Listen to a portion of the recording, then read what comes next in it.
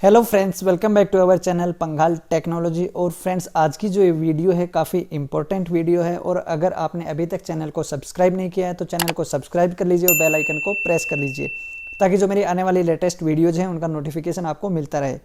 तो फ्रेंड्स, आज की इस वीडियो में हम बात करेंगे ESIC से रिलेटेड एक इंपॉर्टेंट अपडेट के बारे में। तो फ्रेंड्स, जैसा कि आप सब जानते हैं ESIC में आपको मेडिकल बेनिफिट मिलता है जो कि कैशलेस होता है। अगर आप ESIC के किसी भी डिस्पेंसरी में, हॉस्पिटल में या फिर ESIC के पैनल पे जो हॉस्पिटल है वहाँ से अगर आप अपना ट्रीटमेंट करवाते हैं तो वो आपका कैशलेस होता है, आपको कुछ भी वहाँ पे नहीं करना रहता। बट फ्रेंड्स, कुछ केसेस हमारे ऐसे होते हैं जिस केस में हमें ESIC से रिम्बर्समेंट करना पड़ता है, जो कि आपका ESIC reimbursement under regulation 96A के अंडर आता है। तो फ्रेंड्स, आज की इस वीडियो में हम इसी टॉपिक पे बात करेंगे कि अगर आपने ESIC में अगर अपना पैसा रिम्बर्समेंट करवाना है तो आप कैसे अपना पैसा रिम्बर्समेंट करवाएंगे, किस किस केसेस में आप अपना जो पैसा है उसको रिम्बर्स करवा सकते हैं और उसका क्या प्रोसेस है। तो चलिए फ्रेंड्स, स्टार्ट करते हैं। वीडियो को एंड तक जरूर देखें। तो फ्रेंड्स, सबसे पहले मैं यहाँ पे आपको एक स्लाइड दिखाता हूँ। आपको इस वीडियो में आगे बढ़ने से पहले इन कुछ पॉइंट्स का पता होना चाहिए। IP यानी कि इंश्योर्ड पर्सन होता है। डिस्पेंसरी, जहाँ से आप अपना जो मेडिसिन्स वगैरह हैं ESIC की जो डिस्पेंसरी वहाँ से ले सकते हैं, बेसिक जो ट्रीटमेंट है वो करवा सकते हैं। ESIC हॉस्पिटल, जो कि ESIC के खुद के हॉस्पिटल होते हैं, वहाँ से आप जो अपना ट्रीटमेंट है वो करवा सकते हैं।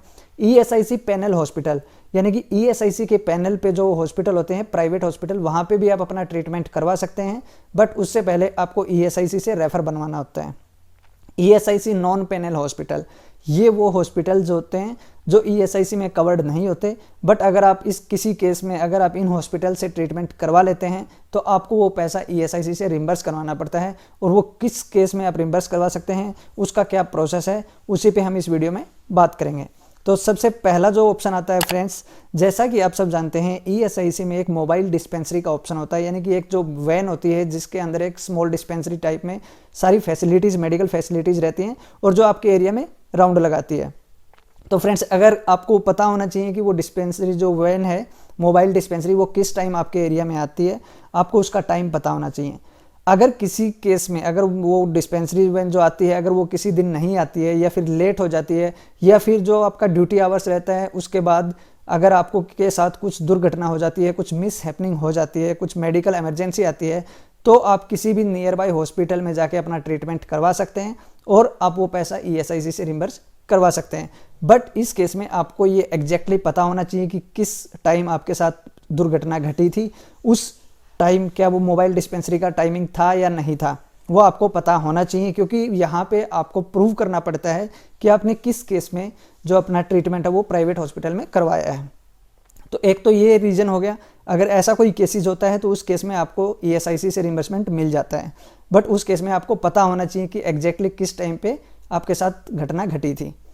सेकंड आता है, अगर किसी इसी इमरजेंसी के कारण या आपके जो ESIC मेंबर हैं वो या उनकी फैमिली में किसी मेंबर के साथ कोई इमरजेंसी मिस हैपनिंग हो जाती है और उस टाइम पे जो डिस्पेंसरी है या फिर जो ESIC हॉस्पिटल है वो बंद रहते हैं और उस टाइम अगर कुछ घटना घट जाती है, यानी कि फॉर एग्जांपल अगर मान लो 5 बजे आपकी जो डिस्पेंसरी है वो बंद हो जाती है या हॉस्पिटल है जो 6 बजे बंद हो जाता है, उसके बाद अगर कोई इमरजेंसी आती है इंश्योर्ड पर्सन को या उसकी फैमिली को, तो उस केस में वो नियर बाय हॉस्पिटल में जाके ट्रीटमेंट करवा सकते हैं और उस पैसे को वो ESIC से रिम्बर्स करवा सकते हैं।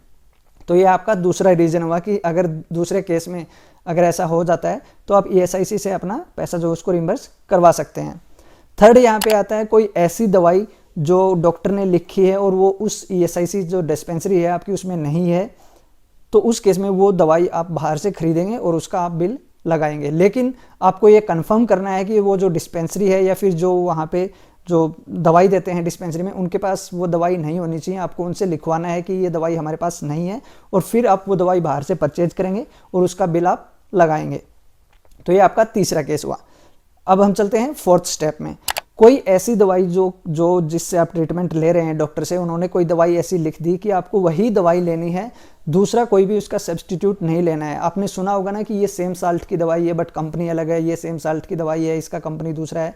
ऐसा नहीं है। कई बार क्या रहता है, डॉक्टर लिख देता है कि आपको इस कंपनी की ये दवाई ही लेनी है और अगर वो दवाई आपका ESIC में नहीं मिलती है, डिस्पेंसरी में नहीं मिलती है, तो उस केस में आप दूसरी जगह से वो दवाई लेंगे और उसका बिल आप रिम्बर्स करेंगे। उसके बाद हम चलते हैं 5th स्टेप पे। यहाँ पे क्या है, ऐसी कंडीशंस जिस केस में आपको कोई ऐसा मतलब इंस्ट्रूमेंट की ज़रूरत पड़ती है, लाइक अगर आपको पैर में चोट लगती है तो आपको जो बैसाखी टाइप में होता है वो आप परचेज करते हैं बाहर से, या फिर आपका कमर में दर्द है तो आप जो स्पाइनल सपोर्ट लेते हैं, सर्वाइकल कॉलर, यानी कि जो ऐसे इंस्ट्रूमेंट जो ESIC के अंडर नहीं मिलते हैं, अगर आप उनको बाहर से परचेज करते हैं तो उनका जो ओरिजिनल बिल रहता है वो आपको लगाना होता है और आपको जो पैसा है वो रिम्बर्स हो जाता है ESIC से। बट वहाँ पे आपको क्लैरिफाई देना है, यहाँ पे आपको क्लियर करना है कि किस रीज़न से आपने ये जो इंस्ट्रूमेंट्स हैं बाहर से खरीदे हैं।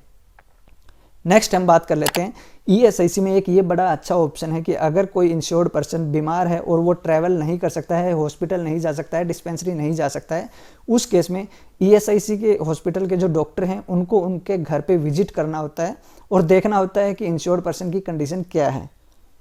तो अगर किसी केसेस में क्या रहता है कि अगर आपने रिक्वेस्ट किया डॉक्टर से कि आप मेरे घर पे आइए और मेरा जो ट्रीटमेंट चल रहा है उसको देखिए, तो किसी केस में अगर वो IMO जो डॉक्टर है वो नहीं आ पाता है या वो छुट्टी पे रहता है, तो उस केस में आप अपने नियर बाय हॉस्पिटल में जा सकते हैं या फिर किसी भी जो आपका फैमिली डॉक्टर है या जो नियर बाय हॉस्पिटल का जो डॉक्टर है उसको अपने घर बुला सकते हैं और जो भी आपका वहाँ पे खर्च लगता है उसको आप ESIC से रिम्बर्स कर सकते हैं। बट यहाँ पे आपको ये कंफर्म करना है कि जो IMO है सबसे पहले आपको उसको अप्रोच करना है, अगर वो नहीं आते हैं तब उस केस में आपको प्राइवेट हॉस्पिटल में जाना है या फिर प्राइवेट हॉस्पिटल के डॉक्टर को बुलाना है।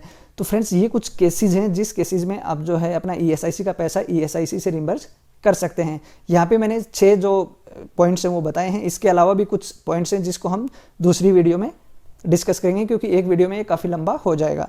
तो फ्रेंड्स ये जो अभी मैंने 6 स्टेप्स बताए हैं कि इन 6 जो पॉइंट्स हैं यहाँ पे आप पैसा ESIC से रिम्बर्स कर सकते हैं। इन सब में आपको एक चीज़ ध्यान रखना है कि आपके पास एक सॉलिड रीजन होना चाहिए, किस रीजन से आप प्राइवेट हॉस्पिटल में गए थे या आपने जो बाहर से कुछ भी परचेज किया मेडिसिन्स वगैरह, उस केस में आपके पास एक सॉलिड रीजन होना चाहिए कि इस कारण से मैंने बाहर ट्रीटमेंट लिया या बाहर से मैंने दवाइयाँ खरीदी या बाहर से मैंने कोई भी इंस्ट्रूमेंट था वो खरीदा और उसका मैंने यहाँ पे बिल लगाया है और उसका मेरे को पैसा चाहिए। दूसरा, जो भी आप मेडिसिन्स लेते हैं, जो भी आप ट्रीटमेंट लेते हैं, जो भी आप इंस्ट्रूमेंट्स खरीदते हैं, उसका आपके पास ओरिजिनल बिल होना चाहिए, यानी कि एक तो हो गया रीजन होना चाहिए, दूसरा आपके पास सभी मेडिसिन्स का और जो ट्रीटमेंट है उसका बिल होना चाहिए और ये सारे डॉक्यूमेंट्स आपको ESIC हॉस्पिटल में सबमिट करने होते हैं। ESIC जो आपका ऑफिस है उसमें सबमिट करने होते हैं अपने एम्प्लॉयर से साइन करवा के। तो फ्रेंड्स यहाँ पे मैंने जो पॉइंट्स बताए हैं कि इन केसेस में आप जो ESIC से अपना पैसा रिम्बर्स करवा सकते हैं।